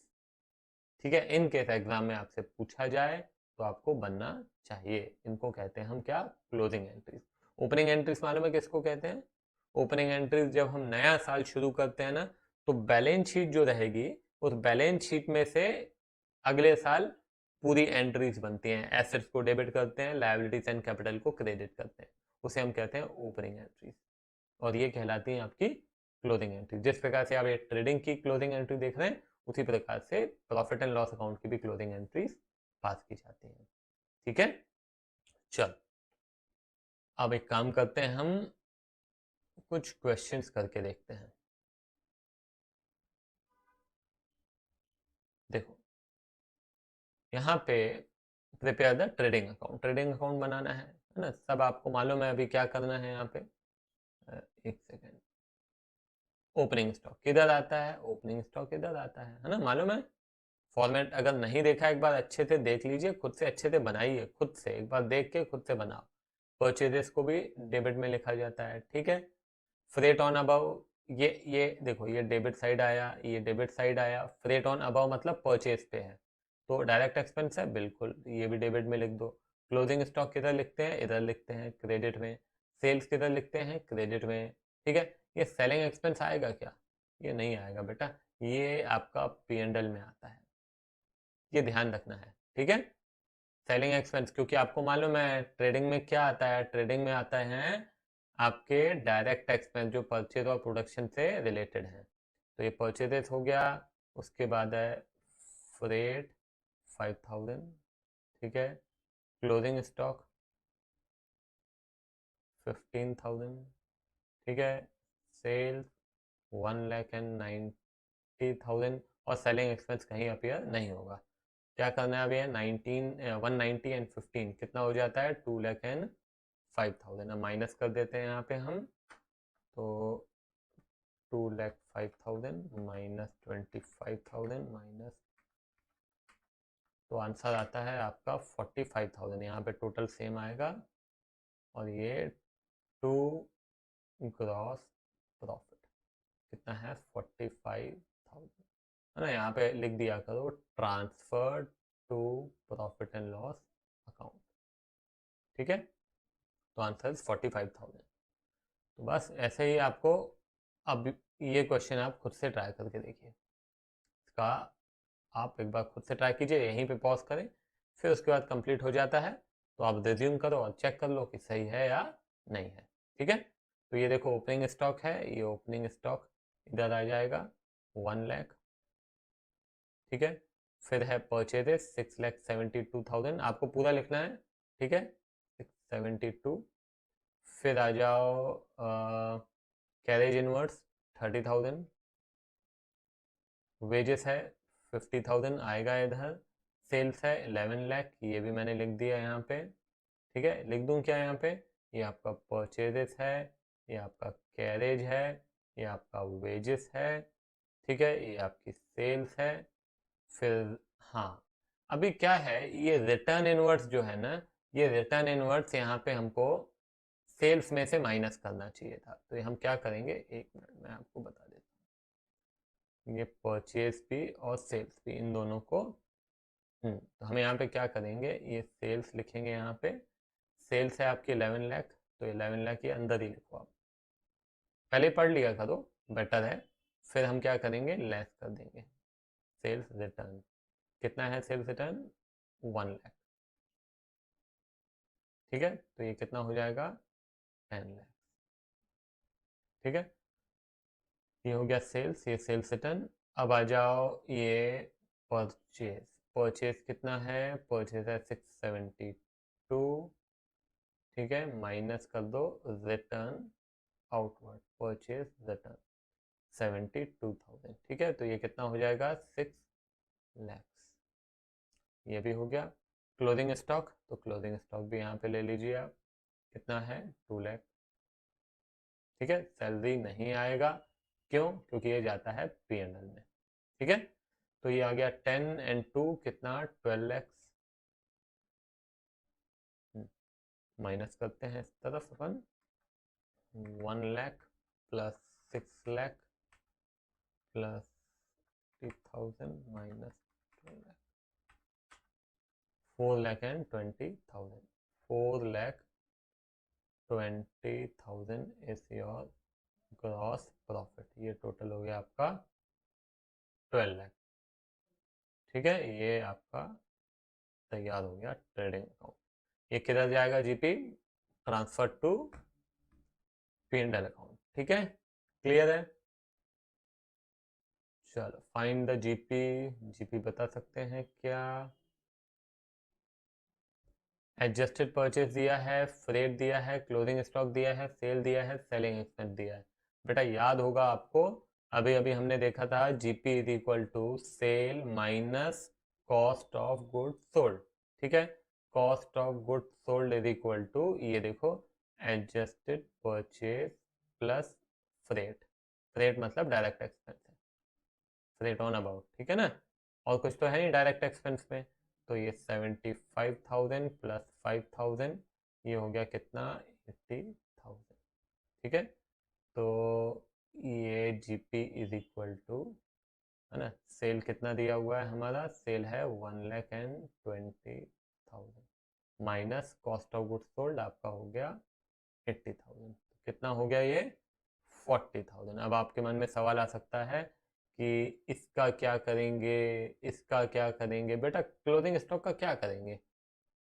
जब आपको कॉस्ट ऑफ गुड्स सोल्ड आपको मिल गया तो, और सेल मिल गया, तो इसके अलावा आपको किसी चीज की जरूरत है नहीं फॉर डिटरमाइनिंग द जीपी, है ना।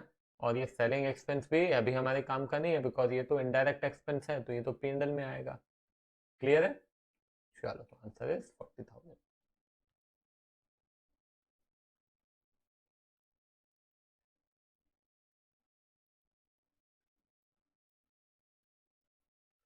चलो आंसर आ ही गया, हालांकि आपने देख ही लिया है कि क्या है आंसर, फिर भी एक बार ट्राई करके देखो आप, ठीक है। यहाँ पे फाइंड द जीपी। तो आपको क्या दिया हुआ है? कॉस्ट ऑफ गुड्स सोल्ड दिया हुआ है और सेल दिया हुआ है।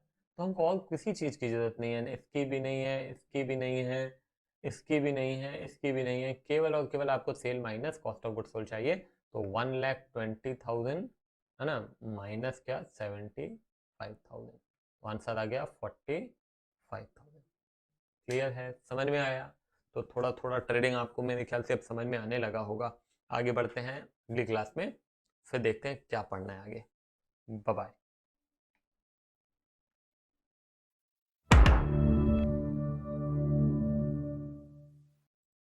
हेलो फ्रेंड्स, कैसे हैं आप सब? आज हम देखने जा रहे हैं थर्ड लेक्चर फाइनल अकाउंट्स का।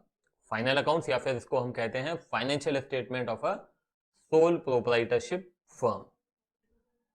तो फर्स्ट और सेकंड लेक्चर में क्या पढ़ा, एक बार मैं फटाफट आपको रिवाइज करा देता हूं। फर्स्ट लेक्चर में हमने इंट्रोडक्शन देखा था फाइनल अकाउंट्स का, और हमने ये देखा था कि ये जो फाइनल अकाउंट्स बनाया जाता है, ये बनाया जाता है ट्रायल बैलेंस की मदद से।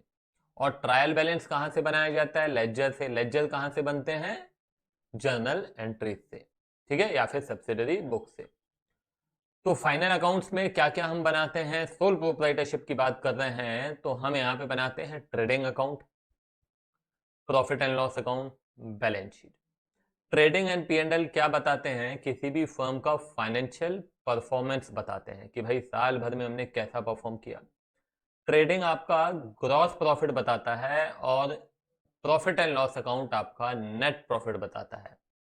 और बैलेंस शीट आपकी फाइनेंशियल पोजीशन बताती है कि आपकी स्थिति है क्या, आपके पास कितने एसेट्स हैं, आपके पास कितनी लायबिलिटीज हैं, आपका कितना कैपिटल है, ये सारी चीजें बताता है। ठीक है, और हमने ये भी देखा था कि जो कुछ ट्रायल बैलेंस के अंदर दिया हुआ है वो केवल और केवल एक ही जगह जाएगा, या तो ट्रेडिंग में जाएगा, या तो P&L में जाएगा, या तो बैलेंस शीट में जाएगा, दो जगह नहीं जाएगा। ठीक है, ट्रेडिंग में क्या जाता है? Direct expenses, direct income. P&L में क्या जाता है? इनडायरेक्ट एक्सपेंसेस और इनडायरेक्ट इनकम। डायरेक्ट एक्सपेंस किसको कहते हैं? जो कि आपके परचेज या प्रोडक्शन से रिलेटेड है। डायरेक्ट इनकम मतलब जिस चीज का आप बिजनेस कर रहे हैं उसी में से इनकम हो रही है, जैसे कि सेल। आपका स्टेशनरी का बिजनेस है, स्टेशनरी के गुड्स आपने बेचे, सेल किया, वो आपकी क्या है? डायरेक्ट इनकम है। उसके अलावा जो इनकम हो रही है वो डायरेक्ट इनकम नहीं कहलाती है। जैसे कि हमने अपने शॉप का एक फ्लोर रेंट पे दिया हुआ है, लेट आउट किया हुआ है, और वो रेंट मिल रहा है, तो वो हमारी क्या? डायरेक्ट इनकम नहीं है, वो हमारी इनडायरेक्ट इनकम है। ठीक है, हमने कहीं इन्वेस्टमेंट किया हुआ है, वहां से इंटरेस्ट मिल रहा है, डिविडेंड मिल रहा है, वगैरह वगैरह, ये सारी इनडायरेक्ट इनकम होती है। हमारा उस चीज का बिजनेस नहीं है, हमारा तो स्टेशनरी का बिजनेस है। तो स्टेशनरी में से जो इनकम हो रही है that is our direct income. Otherwise उसके अलावा जो कुछ भी इनकम होगी वो इनडायरेक्ट इनकम होगी। उसी प्रकार से एक्सपेंसेस में भी है, मैंने आपको बताया परचेज और प्रोडक्शन से रिलेटेड है तो डायरेक्ट है, अदरवाइज इनडायरेक्ट है। सेकेंड लेक्चर में हमने देखा था कि किस प्रकार से हम ट्रेडिंग अकाउंट बनाते हैं। बड़ा सिंपल सा फॉर्मेट है। डेबिट साइड में डायरेक्ट एक्सपेंसेस लिखे जाते हैं और क्रेडिट साइड में डायरेक्ट इनकम। साथ ही साथ आपको ध्यान होगा क्रेडिट साइड में क्लोजिंग स्टॉक लिखा जाता है और डेबिट साइड में ओपनिंग स्टॉक भी लिखा जाता है। ठीक है, और हमने कुछ बड़े ही सिंपल से बेसिक से क्वेश्चंस किए थे और कुछ इक्वेशंस भी बनाए थे इस ट्रेडिंग अकाउंट के, आपको याद होना चाहिए बहुत अच्छे से, है ना। Opening stock plus purchases plus direct expenses is equal to cost of goods sold plus closing stock. ये बहुत ही इंपॉर्टेंट इक्वेशन है। इसका इस्तेमाल अक्सर जब तक आप अकाउंटिंग कर रहे हैं कहीं ना कहीं किसी न किसी चैप्टर में होता रहेगा। ठीक है, तो ये ध्यान रखिएगा, ये इंपॉर्टेंट है, ये बिल्कुल कंठस्थ हो जाना चाहिए, बहुत अच्छे से याद हो जाना चाहिए, है ना। इसको इस तरीके से भी पूछा जा सकता है कि भाई कॉस्ट ऑफ गुड्स सोल्ड का फॉर्मूला बताओ, तो opening stock plus purchases plus direct expenses minus closing stock, that is your cost of goods sold. ठीक है, ये आपको ध्यान रखना है। हाँ, तो इसी प्रकार से एडजस्टेड परचेज भी हमने देखा था। What is the difference between adjusted purchase and cost of goods sold? The only difference is direct expense. Adjusted purchase में डायरेक्ट एक्सपेंस नहीं होता है, कॉस्ट ऑफ गुड्स सोल्ड में डायरेक्ट एक्सपेंस को कंसिडर करके फाइन किया जाता है ना। That is the only difference. तो ये सारी चीजें बहुत अच्छे से याद होनी चाहिए। फिर हमने क्या किया था कि कुछ बेसिक क्वेश्चंस भी देख लिए थे। केवल और केवल वो क्वेश्चंस हमने आपकी अंडरस्टैंडिंग, ट्रेडिंग अकाउंट के प्रति जो अंडरस्टैंडिंग है उसको डेवलप करने के लिए किया था। ठीक है, तो आज के इस लेक्चर में भी हम प्रॉफिट एंड लॉस को समझेंगे और इसके कुछ बेसिक क्वेश्चंस देखेंगे, ताकि इस प्रॉफिट एंड लॉस को लेकर, trading and profit and loss को लेकर आपकी अंडरस्टैंडिंग डेवलप होनी चाहिए। फिर हम आएंगे क्वेश्चंस पे, कवर करेंगे, हम अच्छे क्वेश्चंस कवर करेंगे जिसमें ट्रेडिंग, P&L, बैलेंस शीट सब बनाया जाएगा। मगर फिलहाल इस लेक्चर में क्या देखना है? P&L। तो आपका पूरा का पूरा focus P&L as well as trading, क्योंकि ट्रेडिंग P&L क्या होता है? कनेक्टेड ही होते हैं। पहले ट्रेडिंग बनेगा फिर P&L बनेगा। ठीक है, तो हम अभी पहले एक बार P&L समझते हैं, फिर कुछ क्वेश्चन देखेंगे, कुछ ट्रेडिंग के भी क्वेश्चन देखेंगे, ताकि आपका पिछले लेक्चर का भी थोड़ा रिवीजन हो जाना चाहिए। और फिर हमें क्वेश्चन देखेंगे जिसमें कि ट्रेडिंग और P&L दोनों बनाया गया है। ठीक है, तो लेट्स स्टार्ट। तो P&L में हम क्या लिखते हैं? तो P&L में सबसे पहली बात, तो जो आपने ग्रॉस प्रॉफिट फाइंड किया कहां से? ट्रेडिंग अकाउंट से, उसको उठा के यहां पे P&L में लाया जाता है। किधर लाया जाता है? डेबिट साइड में कि क्रेडिट साइड में? तो बड़ा सिंपल है। ग्रॉस प्रॉफिट आपके प्रॉफिट ऑब्वियस सी बात है ना। तो ये इनकम साइड में आएगा। किधर आएगा? इनकम साइड में। इनकम मतलब क्रेडिट साइड। तो क्रेडिट साइड में हमने क्या लिख दिया? आपकी पूरी की पूरी इनकम हो जाएगी और ग्रॉस प्रॉफिट रहेगा। और डेबिट साइड में क्या रहेंगे? आपके एक्सपेंसेस। एक्सपेंसेस जो आप लिख चुके हैं ट्रेडिंग में, उनको छोड़कर बाकी सारे के सारे एक्सपेंसेस किधर आ जाते हैं? P&L में आ जाते हैं। इट इज वेरी सिंपल, है ना। उसी प्रकार से जो कोई इनकम आपने लिखी है ट्रेडिंग में, उसको छोड़ के बाकी सारी इनकम किधर आ जाएगी? P&L में। तो ट्रेडिंग में हालांकि आप एक ही इनकम लिखते हैं सेल्स, और दूसरा आप लिखते हैं closing stock, that is not your income, but वो इनकम की तरफ लिखा जाता है। ठीक है, और फिर उसके बाद जो कुछ बचेगा वो पीएनएल में आएगा। ठीक है, तो मैं एक बार फॉर्मेट आपको दिखा देता हूं। ये देखिए, अच्छे से देखिए। हाँ, ये जो लिस्ट आप देख रहे हैं एक्सपेंसेस की या इनकम की भी मैं बात करूं, तो ये कंप्लीट लिस्ट नहीं है। इसके अलावा बिजनेस के अंदर तो पचासों प्रकार के एक्सपेंसेस हो सकते हैं, सैकड़ों प्रकार के एक्सपेंसेस हो सकते हैं, तो सारे हम यहाँ लिख नहीं सकते हैं, है ना। मगर इतना आपको क्लियर हो जाना चाहिए कि हाँ, ट्रेडिंग में क्या आता है, डायरेक्ट आता है, परचेज और प्रोडक्शन से रिलेटेड, बाकी सारा का सारा इधर आएगा, है ना। तो वो मेरे ख्याल से कोई दिक्कत वाली बात नहीं है, इतनी बड़ी लिस्ट हम यहाँ पे लिख भी नहीं सकते हैं। हालांकि आपको वही गिने चुने अकाउंट्स रहते हैं जो कि पूछे जाते हैं, तो मेरे को नहीं लगता उसमें कहीं दिक्कत जाएगी आपको। देखिए यहाँ पे सैलरी एंड वेजेस, तो जैसे कि मैंने पहले भी चर्चा की थी कि वेजेस एंड सैलरी होगा या केवल वेजेस होगा तो किधर आएगा, ट्रेडिंग में। मगर केवल सैलरी हो या सैलरी एंड वेजेस हो तो किधर आएगा, पीएनएल में, है ना। ये बात ध्यान रखनी है। तो ये आपका सैलरी एंड वेजेस हो गया। उसके बाद आ जाइए रेंट एंड टैक्सेस। ठीक है, insurance premium, repairs and maintenance, depreciation, audit fee, ठीक है, carriage outward, commission to salesman, travel expenses, bad debt, discount allowed. इसके अलावा भी मैंने बताया ना बहुत सारे, जैसे एडवर्टीजमेंट है, ये एक्सपेंस आ सकता है, और इलेक्ट्रिसिटी बिल लिखा है, नहीं लिखा है तो इलेक्ट्रिसिटी बिल आ सकता है। तो बहुत सारे एक्सपेंसेस होते हैं, तो वो इसे यहाँ पे हम लिख सकते हैं। ठीक है, उसके अलावा भी ये मैंने जैसे कि बताया कि ग्रॉस प्रॉफिट कहाँ से लेके आए हम, ट्रेडिंग में जितना भी हमारा ग्रॉस प्रॉफिट आया वो हम यहाँ पे लिख देते हैं। फिर उसके बाद जो दूसरी इनकम है, इनडायरेक्ट इनकम है, वो लिखी जाती है। ये डिस्काउंट मिला है, कमीशन मिली है, ये प्रॉफिट हुआ है, ये रेंट मिला है। ठीक है ना। तो ये सारे के सारे क्या होगा, हमारे इनडायरेक्ट इनकम। तो बेटा इस फॉर्मेट को आप बना लीजिए ताकि हम आगे बढ़ें और कुछ क्वेश्चंस भी देखें। ठीक है, तो चाहें तो आप इसको यहीं पे पॉज कर सकते हैं और फिर उसके बाद आप इसको नोट डाउन करें और फिर आगे बढ़ें। ठीक है, चल, तो आप लोगों ने नोट डाउन कर ही लिया होगा। यहाँ पे देखो ये इक्वेशन बना है नेट प्रॉफिट का, जिस प्रकार से पिछले लेक्चर में हमने ग्रॉस प्रॉफिट का एक इक्वेशन देखा था, gross profit is equal to sale minus cost of good sold, उसी प्रकार से नेट प्रॉफिट का भी इक्वेशन है gross profit plus other income minus indirect expenses. ठीक है, ग्रॉस प्रॉफिट आप देखिए इस तरह से, यहाँ देखिए ग्रॉस प्रॉफिट है प्लस ये अदर इनकम हो गई माइनस इनडायरेक्ट एक्सपेंसेस, है ना। Gross profit plus other income minus indirect expenses, तो ये हो गया आपका नेट प्रॉफिट। अच्छा, अभी यहाँ पे हालांकि मैंने लिखा नहीं है, तो ये जो gross, if the credit side is more than the debit side, so we call it what, net profit, net profit. ठीक है, नहीं तो अगर ये ज्यादा होगा, मैं एस्ट्रिक लगा दे रहा हूं, ये बाय नेट लॉस। ठीक है, ये एस्ट्रिक क्यों लगा है, या तो ये रहेगा या तो ये रहेगा, दोनों नहीं रह सकते हैं, या तो प्रॉफिट होगा या तो लॉस होगा। अच्छा, ये प्रॉफिट जो होगा ये किधर जाएगा, ये बेटा क्या होता है, आप लोगों ने अकाउंटिंग इक्वेशन शायद पढ़ा होगा, तो अकाउंटिंग इक्वेशन में आपने देखा होगा कि जो प्रॉफिट है वो किधर चला जाता है, आपका कैपिटल प्रॉफिट होने से बढ़ जाता है, और जैसे ही लॉस होता है तो उससे आपका कैपिटल कम हो जाता है ना। तो उसी प्रकार से ये नेट प्रॉफिट जो है ना, ये किधर चला जाता है, ये आपके कैपिटल में चला जाता है, क्योंकि ये बिजनेस अल्टीमेटली किसका है, ओनर का है। वो क्यों कर रहा है, वो कमाने के लिए कर रहा है। तो जैसे ही उसका प्रॉफिट होगा ना, उससे उसका कैपिटल क्या हो जाता है, बढ़ जाता है। तो this net profit will be transfer to the capital account, मतलब ये बाकायदा आपकी बैलेंस शीट में जाता है, आपके कैपिटल में जुड़ जाता है, इंक्लूड हो जाता है।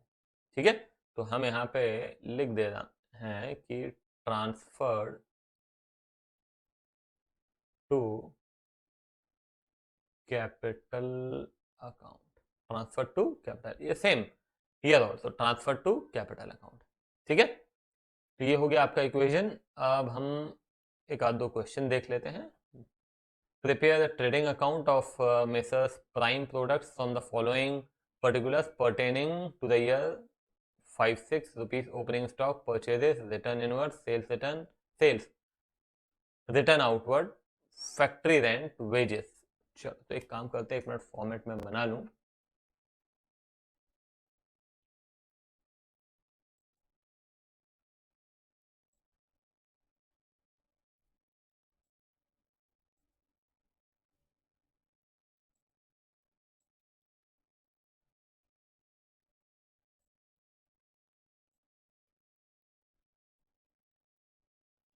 चलो ये फॉर्मेट है, ठीक है। यहाँ पे हम ये ओपनिंग स्टॉक किधर आता है, इधर आता है, ध्यान है आपको, ठीक है। तो ओपनिंग स्टॉक इधर आता है डेबिट साइड में, और क्लोजिंग स्टॉक इधर आता है, ध्यान रखिएगा इस बात का। परचेजेस है 1,10,000, तो मैं लिख नहीं रहा हूँ, केवल मैं अमाउंट लिख रहा हूँ, यहाँ पे अकाउंट नहीं लिख रहा हूँ। 1,10,000। अच्छा एक सेकेंड, यहाँ पे एक बात का हमेशा ध्यान देना है कि ये अमाउंट जो है परचेज और सेल्स का स्पेशली आप हमेशा अंदर ही लिखें, वो ही ज़्यादा अच्छा रहेगा, क्योंकि इसमें आपको परचेज रिटर्न माइनस करना पड़ता है, ठीक है। तो ये आपका ओपनिंग स्टॉक हो गया, चलो लिख देते हैं। फिर उसके बाद अब आपको ये मालूम होना चाहिए कि रिटर्न आउटवर्ड और रिटर्न इनवर्ड, ये इनमें से कौन सा परचेज रिटर्न है। तो return outward is the purchase return, return inward is the sales return. तो ये रिटर्न आउटवर्ड 7,000, ये लो 7,000 माइनस किया, ठीक है। ये आपका हो जाएगा परचेज रिटर्न, माइनस किया मैंने 1,03,000, ठीक है। उसके बाद ये हो गया आपका परचेजेस हो गया और रिटर्न आउटवर्ड हो गया। अब आ जाते हैं इधर हम सेल्स में। तो सेल्स है आपका 3 लाख, ठीक है। और रिटर्न इनवर्ड, ये है return inward, less sales return 5,000, तो ये हो जाएगा 295। ये भी हो गया। फैक्ट्री रेंट, फैक्ट्री रेंट बिल्कुल डायरेक्ट एक्सपेंस है, फैक्ट्री का खर्चा है, ठीक है। Factory rent 30,000। Wages direct expense है 40,000, ठीक है। उसके अलावा कुछ है क्या, क्लोजिंग स्टॉक वगैरह दिया है, नहीं दिया है। तो बस अभी क्या करना है, डिफरेंस फाइंड करना है। तो 295 इस तरफ है, उस तरफ देख लेते हैं कितना है। और 223 माइनस 295, तो ये हो जाता है 72,000, ठीक है। ये 295 इधर भी लिखेंगे। ये बाकायदा आपको हेडिंग डालनी पड़ेगी। हेडिंग क्या लिखेंगे ये भी मैं बता दे रहा हूँ। Trading account for the year ended 31 मार्च 2006, ऐसे लिखा जाएगा। क्या, trading account for the year ended 31 मार्च 2006, इस तरह से लिखा जाएगा। ये है आपका ग्रॉस प्रॉफिट, ठीक है। ट्रांसफर टू है, transfer to profit and loss account. Answer देख लेते हैं, बिल्कुल सही है 72,000। क्लियर है, तो ये हम ऑलरेडी देख चुके हैं। चलो एक और क्वेश्चन है ट्रेडिंग अकाउंट के ऊपर, छोटा सा सिंपल सा क्वेश्चन है। लेक्चर को यहीं पे पॉज करें, खुद से ट्राई करें, नहीं बनता है ना, ये आंसर चेक करना है तो ही आप कंटिन्यू करें, मगर पहले खुद जरूर ट्राई कर ले, जरूरी है, ठीक है। चलो तो यहाँ पे सबसे पहले ओपनिंग स्टॉक है 60,000, मैं यहाँ लिख दे रहा हूँ। मैं ज़्यादा समय ना लूँ, इसलिए कोशिश करूंगा कि शॉर्ट में लिख दूंगा opening stock.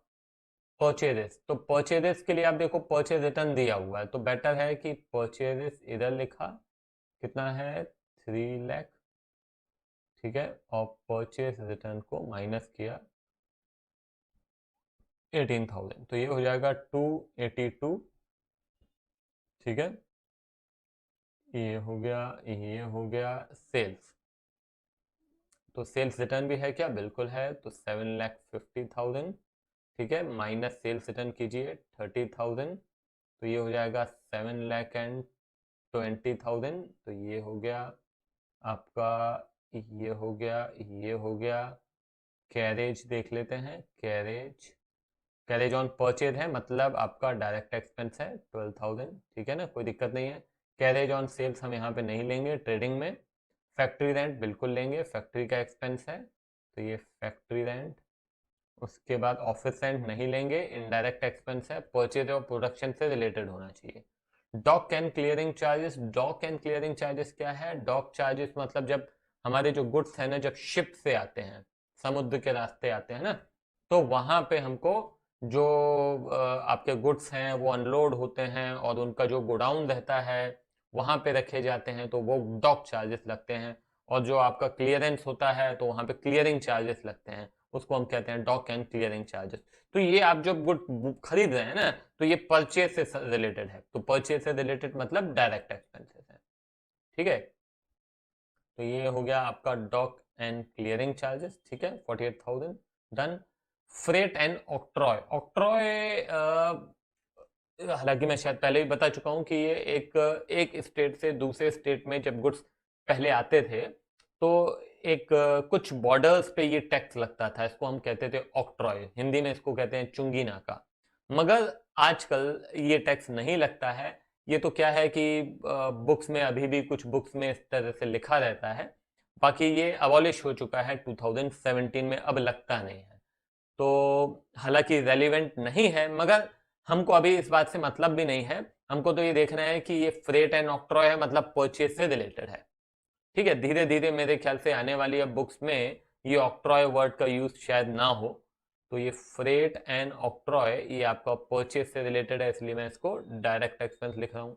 Coal gas and water ये फैक्ट्री का खर्चा है, ठीक है, तो ये भी आपका डायरेक्ट एक्सपेंस हो गया, ठीक है। तो क्या यहाँ पे क्लोजिंग स्टॉक है क्या? नहीं, क्लोजिंग स्टॉक नहीं दिया हुआ है, तो बस हम यहाँ पे कैलकुलेट कर लेते हैं। 7,20,000 एक तरफ है और इधर देख लेते हैं।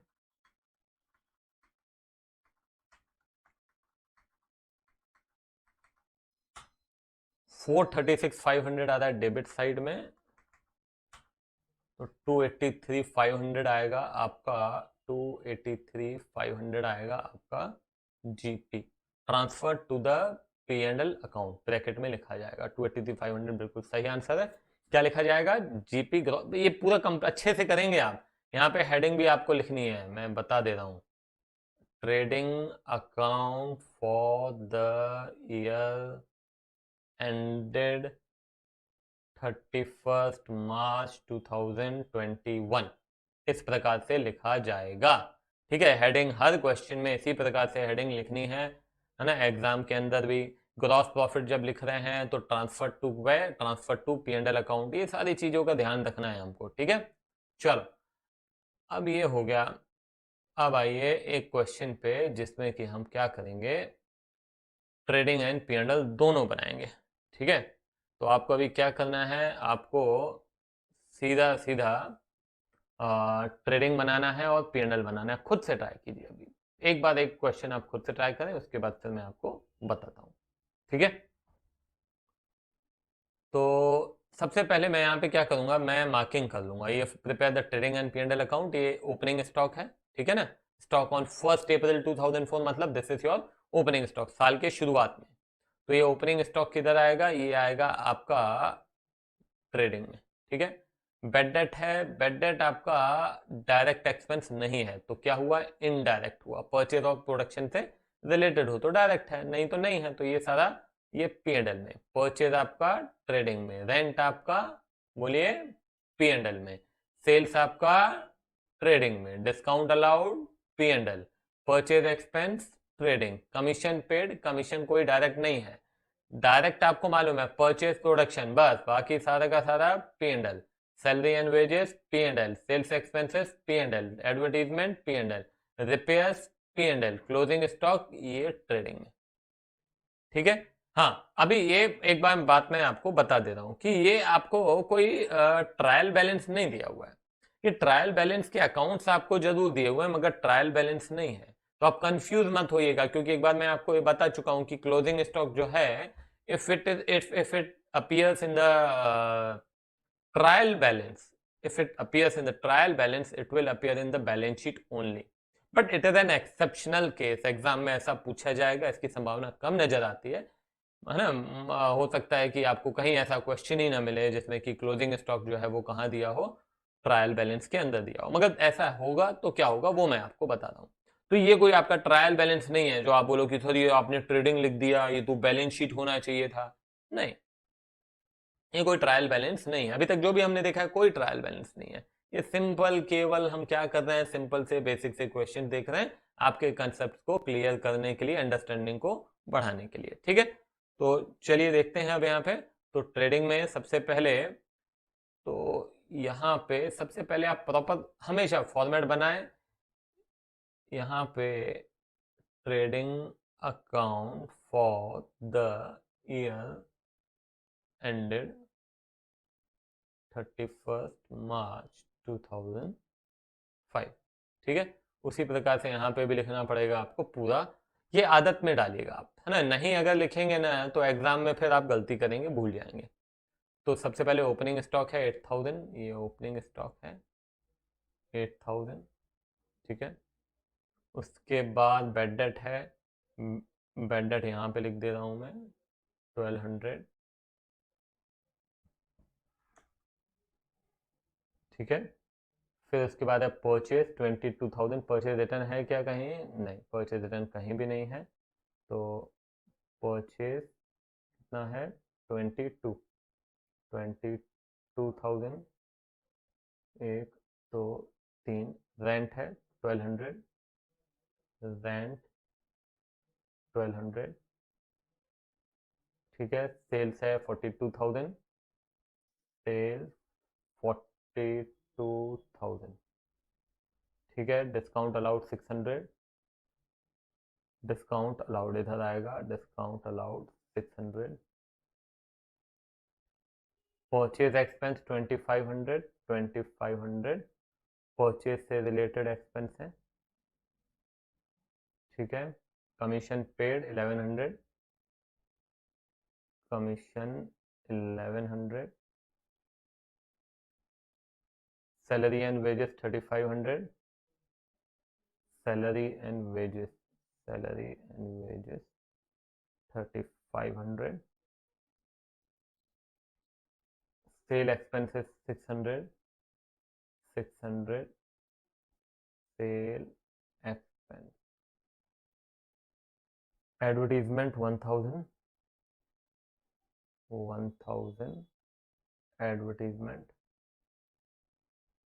ठीक है, रिपेयर 600, 600 जगह की कमी हो गई यहाँ पे अभी, रिपेयर। ठीक है, क्लोजिंग स्टॉक है 4500, तो ये 4500 हो गया क्लोजिंग स्टॉक। ठीक है, अभी क्या करना है, बस अब वैल्यूज सारी हम पुट कर चुके हैं। तो 42,000 प्लस 4500, इस तरफ का टोटल है 46,500। यहाँ पे कम दिख ही रहा है, तो मैं क्या करूँगा, यहाँ पे टोटल लिख दूंगा 46,500। फिर ये हो गया माइनस 32,500, है ना, इस तरफ का टोटल 32,500 दिख रहा है। तो ये हो गया 14,000 your gross profit, gross profit. ठीक है ना, इसको हम क्या लिखते हैं, transferred to profit and loss account. ठीक है, यहाँ पे आइए, बाय ग्रॉस प्रॉफिट कितना, 14,000। ठीक है, 14,000। अब क्या करना है, अब बस ये माइनस कीजिए इस तरफ का टोटल, 1200 प्लस 1200 600, 1100, 3500, 600, 1000 प्लस 600, 9800 माइनस 14,000। तो ये 4200 जो है, 4200, 14200 नहीं है, कंफ्यूज मत होइएगा। तो ये आपका क्या है, नेट प्रॉफिट है, जगह कम है, तो यहाँ पे आप लिख देंगे net profit transfer to capital account. आई बात समझ में? तो क्लियर है यहाँ पे? तो यहाँ तक आपको मेरे ख्याल से कोई दिक्कत नहीं गई होगी, और आगे हम देखेंगे, थोड़े क्वेश्चन स्टार्ट करेंगे, क्योंकि अब मेरे को नहीं लगता है कि आपको कोई दिक्कत आगे जाएगी। क्वेश्चंस करते करते कुछ नए कंसेप्ट हम देखते रहेंगे। ठीक है, चलो मिलते हैं अगले क्वेश्चन में, बाय बाय।